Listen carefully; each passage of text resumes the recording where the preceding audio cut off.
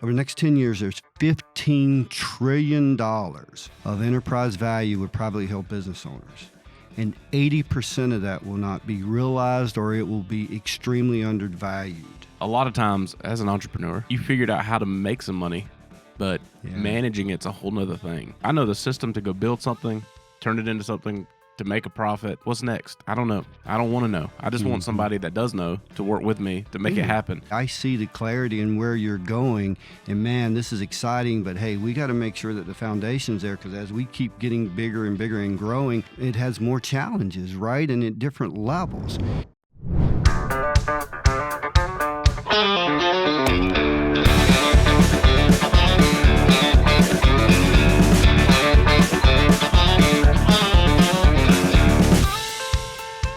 Well, what's up, everybody, and welcome to the Barndo Show. I'm so happy to have one of my good friends and colleagues with me here, Mr. Rusty Cagle. So I was going to give you a second to kind of tell everybody what you do before we dive into this. Well, first off, TJ, it's an honor to be here with you. I've watched some of your podcasts. They get to be fun and interesting, and just the audience that you are reaching is very dear to my heart, especially those who are in the entrepreneur world and taking risk out there. And so what we do, we've got a strategic advisory company that really helps dynamic families and privately held business owners. And we help them really figure out where they want to go, how they can get there faster with operational velocity, and really help them either monetize their business or deal with a lot of the, things that they would have to deal with all the things that comes with entrepreneurs. You have to wear so many different hats, and as you keep getting bigger and bigger, it becomes more complex. So that's the audience we typically help the most. Yeah, and you do a good job with it, because I find that a lot of times as an entrepreneur, right, you figured out how to make some money, but managing it's a whole nother thing.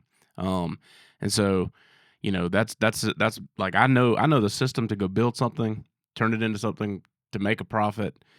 But what do you do as you continue to scale? Like, what do you do next? What's next? I don't know. I don't want to know. I just want somebody that does know to work with me to make it happen. Yeah. And so we kind of met through some circles of friends and different things, and you guys provide an incredible service, and so it's been fun the last 7-8 months working side by side, kind of getting some things up off the ground, and shining some light on things that I had no idea even existed.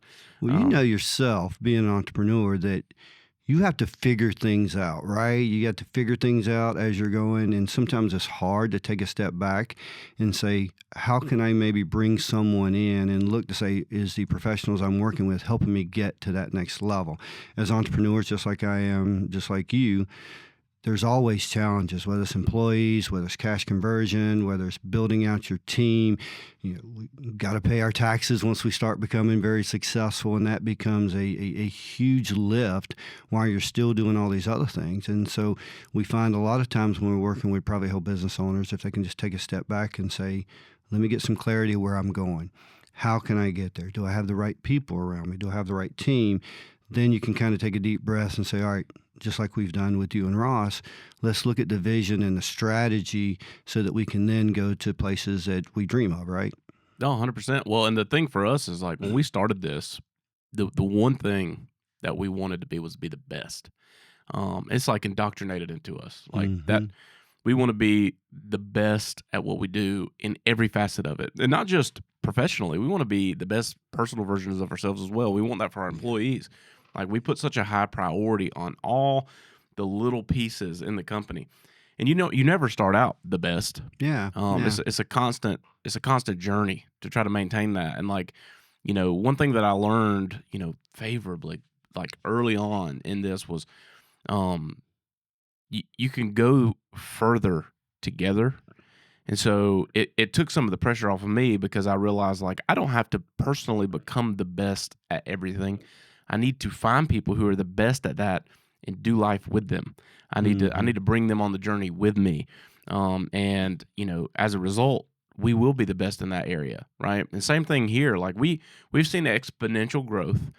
And as fun as that is, it's also very risky for business owners, because if you don't know what you're doing, you can work yourself into somewhere where it's irrecoverable, right? Like there's there's no coming back, or it's so immense to dig yourself back out of, poor practices that you'll lose the very thing that you love. The very thing that made you successful will go away.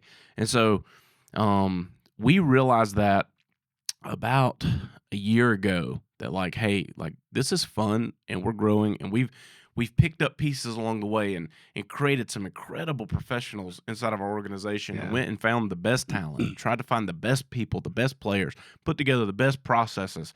And we've worked very hard to perfect the craft that we do. And we feel like we have the best product, and it's constantly getting better. Right? It's like you never arrive there. It's constant improvement. Yeah. But, we're miles in front of where we started.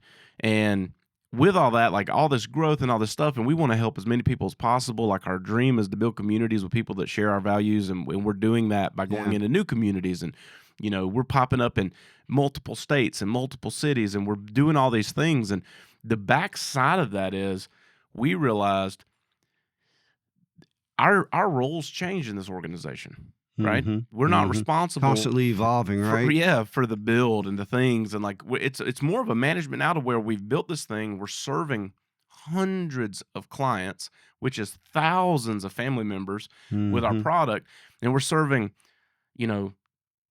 almost 100 employees, and even more than that, hundreds of subcontractors and people and their families, that are depending on us, and so it would be catastrophic to let ego get in the way of getting better. And we knew that there was an area here, as this thing got bigger, that we needed to get more prepared for, and align ourselves and surround ourselves with people with experience at that level. And that led us to you. And it's been so fun. Not really. Like it's my least favorite thing in the world to talk about finances and money and all that stuff, because I really don't care about it. And it seems reckless sometimes. Like even you'd be like, that's a reckless statement. But like I'm not motivated by revenue. I'm motivated by more the impact that comes from it. So it's a necessary thing, but it's not my main motivation. So I don't think about all the financial things a lot. And you've seen that when I came to you. You're like, oh my God, like let's build some systems and processes and get you plugged in with some people. Yeah, and it comes down to one of our core values is the relentless pursuit of excellence. And what I see in you and Ross is this just going after everything. Like we're going to be the best. We're going to dominate. And that's the entrepreneur spirit, right? Yet so many people, when they start growing, then they're like, all right, how do I get to that next level? And they hit those ceilings of complexity, right? Whether it comes into, on the finance side, not having it in a way that you can go to banks and get money for cash flow, right? Not having the type of people around you that says, hey, I see the clarity in where you're going, and man, this is exciting, but hey, we got to make sure that the foundation's there, because as we keep getting bigger and bigger and growing, it has more challenges, right? And at different levels. And when you've got the right type of team around you who understands that and not working in isolated silos. You and I talk about this all the time, professionals working in isolated silos. And you're having to make all these decisions like, well, if I got to make a decision over here, then why am I even hiring you, right? So if you have that clarity, and that's one thing that we established up front, and even when I shared with you, hey, if I'm going to work together, I got to have clarity. I got to have you guys buy in, because we're going to do something substantial together, but we got to be able to grow and know that, hey, there's going to be hiccups, there's going to be things happen, but that's part of the excitement, but it's also part of the challenge. It may have been Ross Perot. I think he said it best, that the definition of an entrepreneur is someone who sees the world differently, and they're just relentless at that pursuit, yet they always feel like they aren't good enough. And I know you share that, right? I got to be able to do more, right? And that's somewhat an enigma when we really get into entrepreneurs, that we want to be so successful. We really don't take a step back and say, well, just like you mentioned earlier, well, look at where we've gotten, right? And even now, where you have gotten, you guys have done from a growth standpoint, which is a trajectory that's just skyrocketing. You're like, we're not even scratching the surface of where we can even go, right? Right. And that's the beauty of less than 1% of the population ever get to the point where they can build enterprise value. And and one of the reasons I'm passionate about helping privately held business owners, and I think I've shared this with you, but I'd love your audience to hear this. Over the next 10 years, there's $15 trillion of enterprise value with privately held business owners. And 80% of that will not be realized, or it will be extremely undervalued. Now, think of the travesty that is, that if you take out federal, state, and local governments, privately held business owners employ almost 85% of the workforce. They dedicate their lives. They pay everybody else before they get paid. They sacrifice some things with their family. And for them, whenever they're transitioning, whatever that would be, not to realize that value, that's what drives me. That's what I'm so passionate about. And you know, I had a lot of discussions on that. And I see that in what you guys are doing. It's like, you know what? Even though it's money over here, I want to impact the world. And I love that. But if we don't have this over here, then at any one point, it could just all unravel, right? So it takes a combination of making sure that we're looking at all those blind spots, but also creating where there's gaps, we can then have operational velocity to go to that next level. 100%. Well, you know, pivoting off the Ross Perot, because that is a coin statement. But one of my good friends, Mike Claudio, who I've had on the show before, and you know, people have seen him. He kind of wraps that up into a simple statement that says, "I'm blissfully dissatisfied." Yeah, you know, I like that. Super happy where I am, but I'm just not completely satisfied because I know where I can go, and I try to operate in that, like ever thankful for where I am, but always a little dissatisfied because I know what else could be happening, and. You know, one of the things about me is we've built this company, and within the first really 6 months of it becoming operational, we got together, sat down with a good friend of mine, Chris Breen, who's also been on the show, and he helped us dive in and create these fundamental core values, mission, vision, core values, and we did that. We had our V1. You know, beginning of this year, we rolled out Barndo 2.0 with a version 2 of that because we kind of achieved the original set, and we've morphed a little bit, and our core values needed to grow with us, and but we align everything to that. We hire by that, we fire by that, we promote by that, we review on that. That core values drives this company, and what we found was if we can hire the right people, we can teach them the right process. We can teach them the right systems. And it's a little bit of an evolution because in the beginning it's like you're trying to hire for something, and you're in your mind it's like this is world changing. Everybody else has never heard of it before, and so you're like, the qualifications are: do you have a pulse and driver's license? And then you know, and you try to get good people, right? Because you got a bigger pool of people with a pulse and a driver's license, but you try to find people who are aligned at a core value level, and then as you grow and your brand becomes more aware in circles, then when you go to hire, you get, instead of A player, B player, C player, you get some A players coming in, and then you're selecting A players. But if you ever get off course and you're only looking at what they can do and not who they are, they can hijack your vision. And so for me, everything boils down to core value alignment. Everything. Like, do I believe this person believes what I believe, has a vision that I have, can look at what I'm doing without looking at it through their own lens to try to course correct me because I care more about others than myself, and all these things. And so when we were in this, you know, think tank of people, like, man, I've had conversations with people that do something similar to kind of what you do all over the planet. I have been in rooms with people. I've spent a lot of money to sit and talk to someone and interview them. I've had people fly across the country and sit in my office with master strategies and plans. And, you know, and we would feel good about it. Like, it makes business sense. But something in me would say, man, like, this doesn't align with who we are.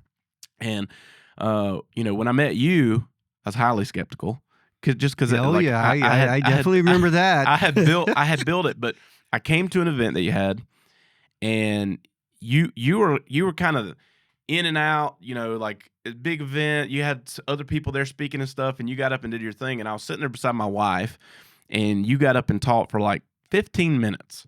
And in 15 minutes, you hit the nail on the head for me, to where skills went out the door. It was, all right, I'm aligned.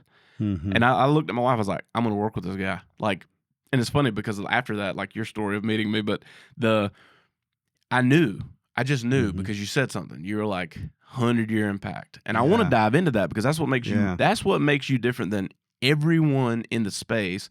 And I think that's where we're different, right? It's bigger than Barndo's for us. Sure. It's bigger than Barndo's. I tell people all the time, like, Barndo was a cool product and it was perfect timing in the market. But if we just started this company and we made pies, we would still have the same culture and we'd make some really good pies, right? But that moment was like, for me, it's always been about how can I impact the most amount of people. And it doesn't mean just charity, even though it's a huge piece of us. We're changing lives of the clients that build with us. We're changing lives of the people that work with us.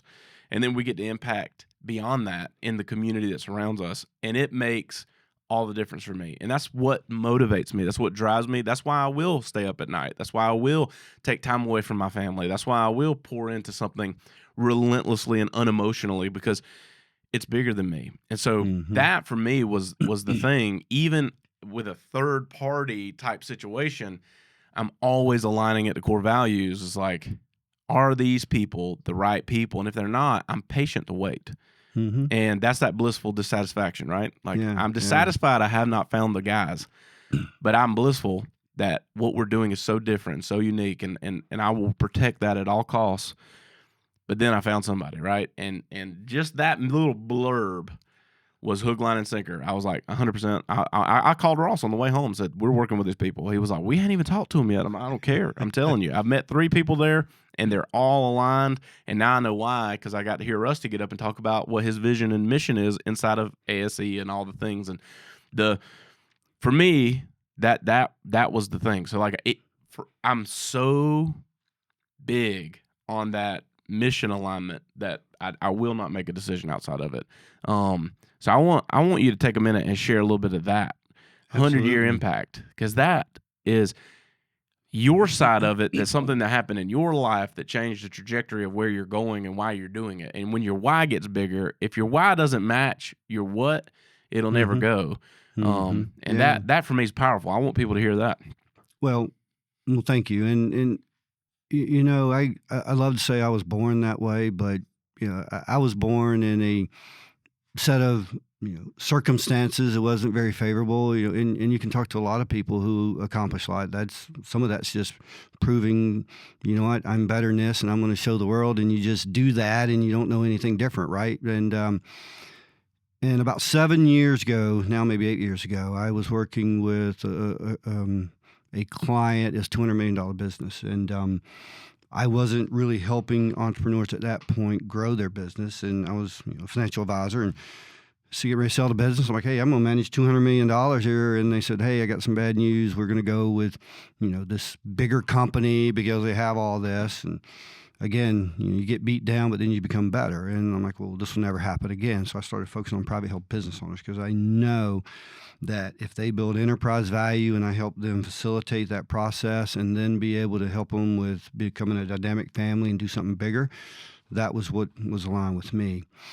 And so that's what we've been the past 8 years. But 2.5 years ago, I had a mentor who retired, and he was 67, and he was a client of mine, but he had his MBA. He was working in manufacturing. He was doing all this, and a lot of the clients we help are manufacturing, just like what you guys do, or building and those sort of things. We're not really going after Silicon Valley. It's just working class America, right?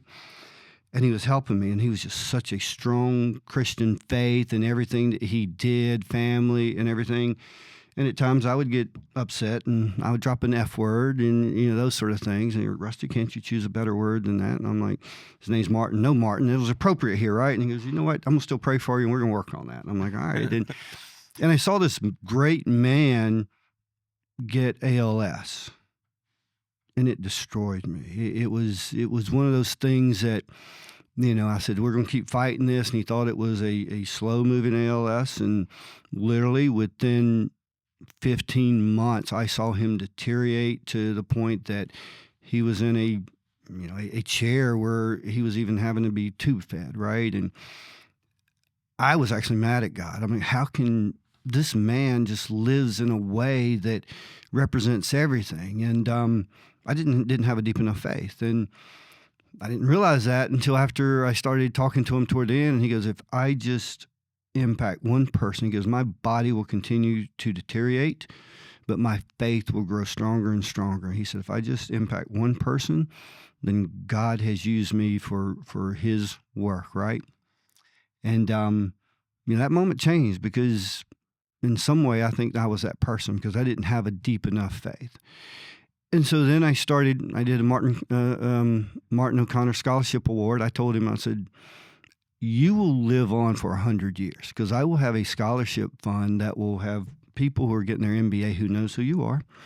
They'll come through our firm, and then your message it's going to be shared. And at that point, I started thinking about, okay, we're all here for a short period of time.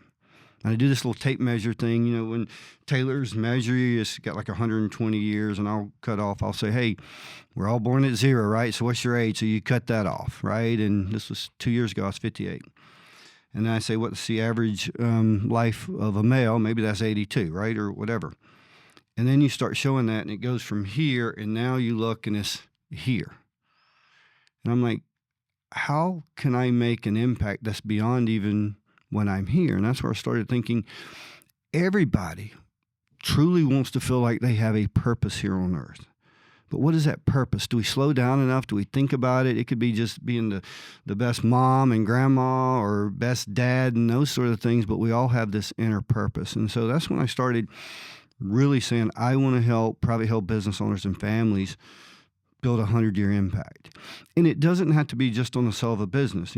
All of your audience, we got here because we had a mom and a dad, right? And if we go back and say they probably had a mom and dad, which they do, and being a little silly here, but then they had a mom and dad, right? And so I started asking my dad, tell me, I know a little bit about my grandfather, but tell me about your grandfather. And he's 87. He starts lighting up, and he starts talking about in the early 1900s, all the stories he told now, right? And now we're in 2025. And I'm sitting there thinking, well, I've got a son. I want to tell my dad's story. I want to tell my grandfather's story in the way that our family remembers, not that his dad was an alcoholic, and now my dad never drinks because of his dad being an alcoholic, right? I'm like, what were some of those amazing memories you were remembering, right? And as I'm sitting here, we all know the world's going to be different 100 years from now. You have kids. I have kids. How are we telling those stories and making a 100-year impact? So it doesn't necessarily be about selling a business and doing more, but I think it is an obligation for those who have success and have purpose capital. That means that's capital that at some point the government's going to take 40 to 50%. So that purpose capital, I want to help people redirect that so that they can make a 100-year impact on the things that's important to them. So it might have been a little bit longer story for your audience, but it is so meaningful to me and gives me clarity of my purpose and what I want to do. And it makes me feel like a teenager every time I get up because I want to impact people like you and people who say, yes, I'm doing this, but there's a greater purpose for what I'm doing. That's incredible. So this episode is sponsored by the Barndo Co. You can visit us online at thebarndoco.com and get started building your dream barndominium today. We specialize in build on your lot turnkey barndominium solutions. We have a whole gallery of plans that you can explore through. You can also go full custom route. You can get in touch with us through the website by filling out the contact us form, and one of our Barndo professionals will reach out to you, get your dream started today. It aligns so well because, your day to day, there's multiple things that you do that you take for granted that somebody risked everything to create.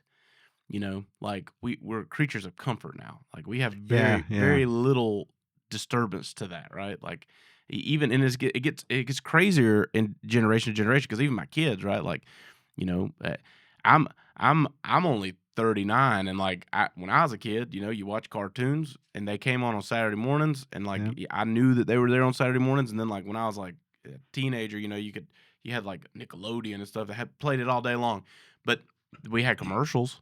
My kids, that you think like they watching YouTube and that little ad pops up and it's got the 5-second clicker.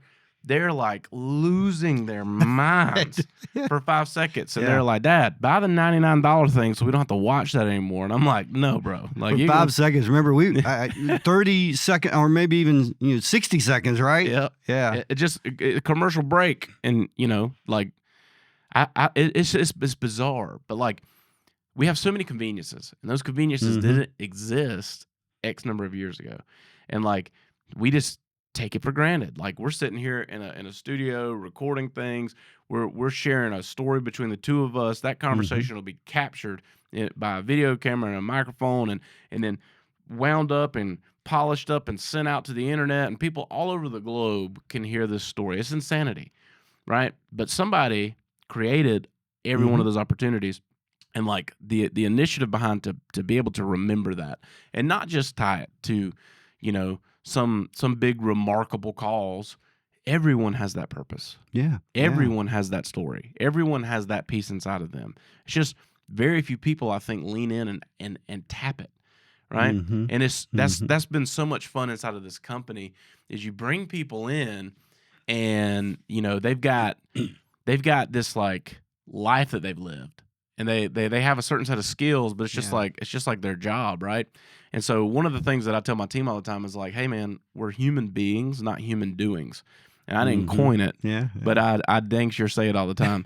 And I don't care about what you do. That's your job, right? That's 40 hours out of the week, maybe 50 or 60 if you're in sales, but right? That's 40 hours of your week, man. That's not who you are. Your job does not define you. You're a human being. How often are you being? I encourage my people, turn that phone off at 5 o'clock. Take that weekend off. Be where your feet are. Go home. Spend some time with your family. Are you planning date nights? Are you doing are you doing the things that matter? Because here is how you get paid because this is what you do. But you're not a human doing. You're a human being. How present are you outside of this? And that's the magic freedom, man. That's why the core values exist in the company because it allows people to disassociate what they do from who they are. And it's noble what they do. But who they are is so much bigger because they could be the most valuable member of my team, but my value of them pales in comparison to the family that they have, if they have children, if they have a spouse, if they have a mom and dad. My viewpoint of them, regardless of how high it is, it pales in comparison to that. How much are they investing in that? In that, man, I've shared this story before. I don't know if I've ever shared it on the podcast. But one of my lifelong friends works in our company. And it's kind of strange. Like, I don't even know how it really happened, but I mean, we went to elementary school together all the way through, and in like high school, we were inseparable. Like, we were just best bros. And life goes on. We both graduated, went and did two different things of life. He worked with me a little bit, like right after graduation, and then we kind of disconnected. I doing my thing, he's doing his thing. I moved across the country for a little while, moved back, and like we met and grabbed a beer. Like, we hadn't seen each other in 10 years, and had some conversations, and then. Around 2020, I started doing some different things, and he was looking for some stuff to he was bored. He was so locked up in what he was doing. He was working freaking 70, 80 hours a week so he could get overtime, so he could provide and do the things that needs to be done. He's working weekends and nights and everything in between. And, he's got 2 kids, one a little older that was like high school age, and one little baby that's like preschool. And, he's just grinding. And like, I respect that as a man. Right? When I look across and see another man that's working like that to provide for a family, respect is given. But he was doing some stuff with me, moonlighting different things. When we started Barndo, I offered him a job. Now, since then, it's transformed into he is a key marquee player in the thing. At first, it was like, I want you here. I love you. Come in. And I remember he was so nervous because like he'd been at this other place literally for like 18 years or something. And he came and he started, and the first day on the job, he got off at 5 o'clock. At 6 o'clock, he posted a picture. They just built a new house across from a pond. He posted a picture of him and his little girl sitting on the edge of the dock fishing. Yeah. And it broke me down. I said, man, that's worth it. I don't care about anything else. We built this company, and literally like maybe the 4th or 5th employee in it, I knew that moment happened, and it gave me cold chills. I was like, that's why we're here. Mm-hmm. I just gave him his life back. Like, he's got his life back. Like, he's getting to be where his feet are and spend time with what matters most. And Yeah. it changed my whole life, man. And I that's why I say, like, the product's fun and we're committed to it and we do a dang good job. But man, beyond that, the opportunity to build something like that and just speaking to people and pouring to people, and we do it at a ridiculous amount. Every 90 days we're meeting up doing that. Once a year we're doing retreats and we're doing everything we can because it matters. Yeah. It matters at the highest level that people realize who they are is not what they do. And it's hard, man. It's like it's a meat grinder out here of opportunity, and people give their heart and soul to work because it's expensive to live. But Yeah. if you don't have somebody helping you focus on what's more important, that 100-year impact's greatly diminished. It's greatly diminished. And I had the fortunate opportunity to be at one of those retreats, and you asked me to speak, and it was interesting because so many of us say we don't have enough time and things like that, right? Whether it's to spend time with family or with your kids or fitness or nutrition. And so sometimes it just takes a little nudge to get that started. And when I talk to your whole team, it's like, well, we don't have a time problem, we have a priority problem, right? And so if we understand those priorities and we set those, and if a priority is to get up in the morning and read your scripture for 10 minutes, and if that helps you, right? Or if your priority is, hey, whenever I finish, I'm going to have intentional time with my kids. It is not a time problem, it's a priority problem. And so once you start having little successes like that, then it starts become meaningful for your family. And all of us love to pour into our family. We got to work and we got to be able to make money, yet we also want to be able to do that so we can provide for our family. And so, and just to compliment you and Ross, it's like there's 60, 70 people there. Literally, after I finished talking, there was probably 25 to 30 that just came up and said, thank you, appreciate what you're saying, because that's the culture that we have. And just this little bit, like you saying, hey, before you start a day, just have your 3 priorities or whatever it is, but then also make sure that when you're at work, be at work, but when you're at home and doing things, be there, right? And just maybe even having somebody else say it outside of you guys saying it is like, okay, this is kind of real, right? I mean, this is what they're telling us, but then you got somebody else who, I've got a lot of gray hair and 40 years of being out in the workforce, and it's like, this is what culture is. And if you have that culture, wow, there can be so many amazing things. And you also have, just like any great team, if you have people that aren't buying into the culture, then the team takes care of that, as opposed to having to come back up in leadership, right? Because everybody wants to be a part of something that's bigger than themselves. Well, that's why the core values matter. They're the thermostat, not the thermometer in the organization. Yeah. Because if everybody's attuned to it and one person comes in that's misaligned that day, the group pulls them in. If they're too hot or too cold, it doesn't matter. The group will settle them because it becomes a thermostat. It's not a thermometer. You don't dip it in to see what's going on today. Yeah. It's constant. Yeah. And if you I don't care what your business is, if you prioritize people, sure, and you lean into people and you build the business based off people and you focus on people's abilities and you really care, you can grow to whatever level, because the people have a system that allows them to do it. You can pull out your phone right now and say, hey, Rusty, shoot me a text. You could do it. It didn't take a lot of thought process, because there's a system there that you've been trained to use. That's why the systems matter in a business, right? Core values, mission, alignment, all those things. Give people a basis to operate in a business. They know what's expected. They know what is allowed, and all these things. It gives people the boundaries. People want to be led. They want to be 100%. led. They want to know what's okay and what's not, what's acceptable, and what's the standard. They want to know. And sometimes you get moving so fast you forget the little basics, and you have to go back and realign yourself, because those core values don't work in that company if they're not reflective of who you really are. Yeah. Right. Yeah. It's blowing smoke if you get up and talk a Correct. good game, but you don't live it. So it's fun. It's accountability both ways, right? And I tell people when we're in the interview process, I said, this is a way for us to go back and reflect, because you could lie to us and tell us you align with this. That's why in the first 90 days, we'll know. And it won't be me that pushes you out of this organization. It'll be the peers in this room. but it also gives you the ability to test us for 90 days to see, are we really who we said we were? And it's an accountability metric, right? Because that's what matters most. You talked about gray hair. I didn't have one. I had like 1 or 2 in my beard when we started this company. I used to pluck them out in the morning so I'd still look young. Yeah. This is what building a barndominium company will do to you. I get it.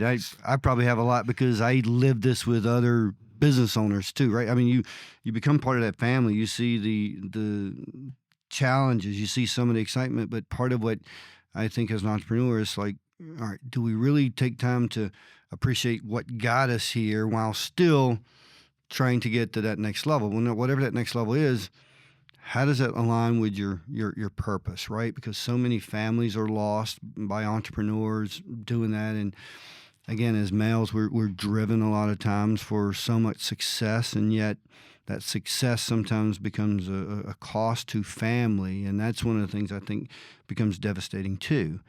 And, Marcus Lemonis, I don't know if you know him, and he's got a new show coming out too, and if you really boil it down to simple, it is product, it's process, and it's people. You can have a great product, you can have a great process for doing things, which you guys do, but if the people aren't aligned or they're just, working independently and just for themselves, then it will never work. It takes all 3 of those working together, and it's constantly making sure, how can we continue to evolve? How can we continue to evolve? And everybody pulling everybody up, right? And I see that in what you guys have done with such a young company. And it's really impressive. Scaling is hard. If you look at any business, and even where I'm at, you can really do a lot with 8 to 10, but once you get from 10 to 30, it becomes hard, because if you look at it, and even with professionals, you take 1 times 1 is 1, 1 times 2 is, now you get to 2, but 2 times 2 is 4. So you start multiplying. But think about all these decisions you have to start making when it's scaling a company to your size, right? You got all these things. So if you don't really narrow it down in a way where there's process, we got a great product, but the people are working together, it just becomes dysfunctional. So that's a compliment to what you guys have done at this point to be where you're at. Yeah, man. Well, dude, I appreciate you taking the time to come on this here and share this stuff. This is awesome. Because this is the kind of stuff that people need to see. And like, I try to use this to connect people to like-minded people, right? Like we have a mixed bag, right? A lot of clients watch this, but a lot of other business owners watch it. There's no secrets. There's no magic. Yeah. It's only muscle. Right, you gotta train the right things, and you gotta find people that know how to train it if you don't know how. And again, if you want to go fast, go alone. If you want to go far, go together. And I've adopted that for the last 4 years, and I love doing life with people that share the same values, that have the same focus and mission on mine, and that have a better skill set in a different area than I do. And so, again, man, thanks for coming on, and I hope people can reach you. But like, if somebody wanted to look you up and connect with you after watching this, what would be the best way for them to find you? They can go to our website, aseadvisors.com. They can reach me on my email at rcagle@aseadvisors.com. We will be starting a nonprofit. It'll probably be the fourth quarter, but then it'll be 100yearimpact.org. And that's where we're going to have some amazing, amazing people like yourself and others that are sharing the ways that they want to impact the world in whatever way that is, their 100-year impact, right? It could be humanitarian causes. It could be our local community, right? We do a lot with our local community to make sure we're doing our part, but then we want to look at more on a global level, right? And so those are stories. Those are things that we're going to do a lot more to help nonprofits. We're going to be a nonprofit helping nonprofits, but we're also going to be helping business owners when they have this purpose capital, how to be able to reflect that for their 100-year impact. And so there's some pretty exciting things going on there. And hopefully you'll have me back on when we have our nonprofit rolling out, because that's where the true work, that what I feel God's purpose is for me on here, is to impact so many people and influence them so we can redirect billions of dollars to those causes and not necessarily going to our government. I think we can be better stewards with that instead of our government. So that's awesome. Thanks for coming on the show, brother. Absolutely. Thank you.